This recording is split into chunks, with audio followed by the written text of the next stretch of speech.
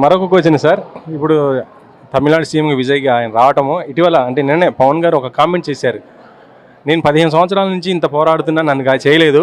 ఆయన కటౌట్ కట్లేసి ఇది మొత్తం ఇన్‌స్టాగ్రామ్‌లో ఇవన్నీ చేయటం, ప్రచారం చేయటం సీఎం అయిపోయాడు ఏకధాటిగా అనేసి ఆయన నవ్వుతూ అనడం ఎలా చూడాలి దీన్ని అసలు?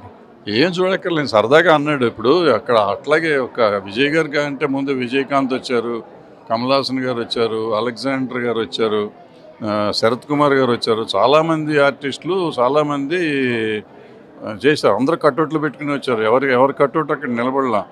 విజయ్ గారి కట్అవుట్ కూడా అది కూడా ఒక లెవెల్కి వచ్చి ఆగింది అది. బట్ ఆయన సీఎం అయ్యారు అనుకోండి, అది వేరే సంగతి. సో పవన్ కళ్యాణ్ గారు కూడా విజయ్ గారికి ఈయనకి తేడా ఏంటంటే ఆయన ఒకటే స్టాండ్ మీద ఉన్నారు. ఈయన అటు ఇటు అవుతూ ఉండటంతో వెళ్ళిపోతూ ఉంది.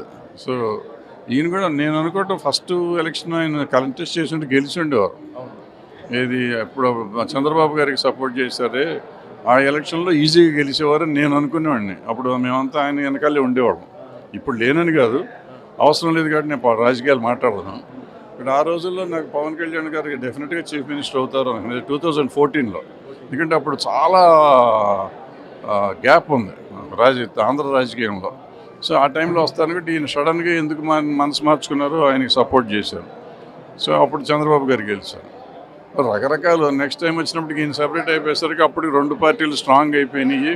ఈయన్ని డిచ్ చేశారు అనుకున్నా ప్రజలు. ఈ కొంతమంది నమ్ముకున్నారు, ఆయన నమ్ముకున్న వాళ్ళు ముంచారు. ఆయన ఇప్పటికైనా ఆయన సీఎం అయ్యే అవకాశాలు ఉన్నాయా? ఇప్పుడున్న రాజకీయ ఇప్పుడు అంటే మొత్తం ఆయన ఇటీవల చూస్తుంటే పార్టీని ఎక్కువ దాన్ని కొద్దిగా డెవలప్ చేయాలని చూస్తున్నారు, మార్పులు చేయాలని చూస్తున్నారు, అంతా ఉంది. ఇలా ఈ స్టాండర్డ్ ద్వారా పోతే ఇండివిజువల్గా పోతే రేపు ఆయన కూడా సీఎం అయ్యే అవకాశాలు ఉన్నాయా పోటీ చేస్తే? రాజకీయాల్లో ఏదైనా జరగవచ్చు, ఎప్పుడైనా జరగవచ్చు. ఆయన ఇంకా 50 ఏళ్ళే కదా ఉంది, 50-52 ఉన్నట్టున్నాయి.